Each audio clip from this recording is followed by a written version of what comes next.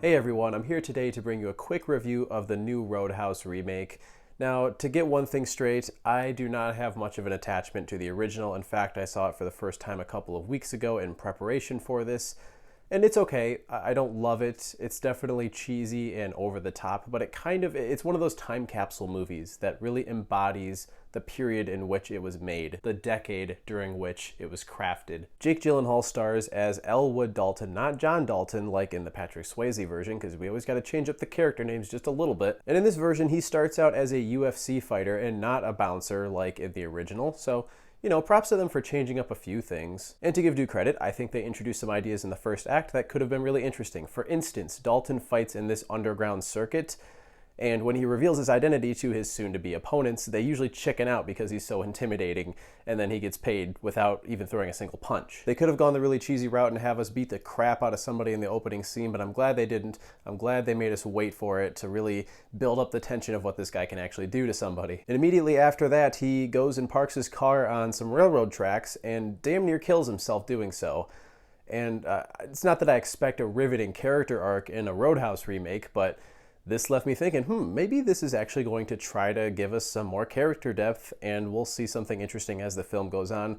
They basically never touch on that again. As soon as he scores the job as head bouncer of the Roadhouse bar, which this time is in the Florida Keys, it morphs into a less interesting version of the '89 original. And if I wanted to break it down more simply, this movie essentially has two modes.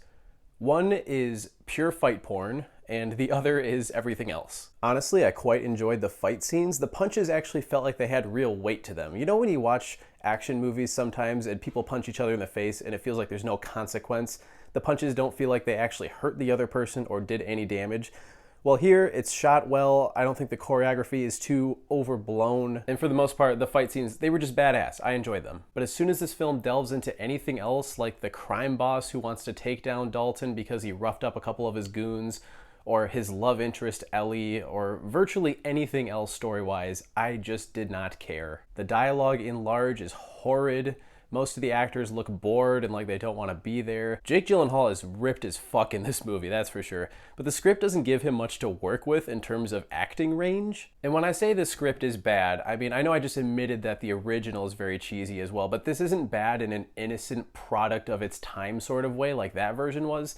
This is more so like they just didn't know what tone they wanted to go with, and they were trying to emulate the original without really having anything new or unique to bring to the table. Around halfway through the film, generic main villain dude hires none other than Conor fucking McGregor to hunt down and kill Dalton. And honestly, he's probably my favorite part of the film. So cartoony, even just in the way that he walks around. And I think McGregor's lack of acting ability actually helps him because he just sort of fits the vibe of what I expect from a Roadhouse remake. And yeah, the final fight, which includes some stuff on boats, was pretty good and quite entertaining, but you have to endure a lot of boring shit to get to it. So as a whole, Roadhouse 2024 is just kind of mediocre for me. It's there, it has some entertaining elements to it, but it doesn't come together as a genuinely fun or good film in any way. Oddly though, I still wish it went to theaters instead of straight to Amazon Prime because, I don't know, the action sequences were the best part, and it's a lot less fun when you're watching big bombastic action sequences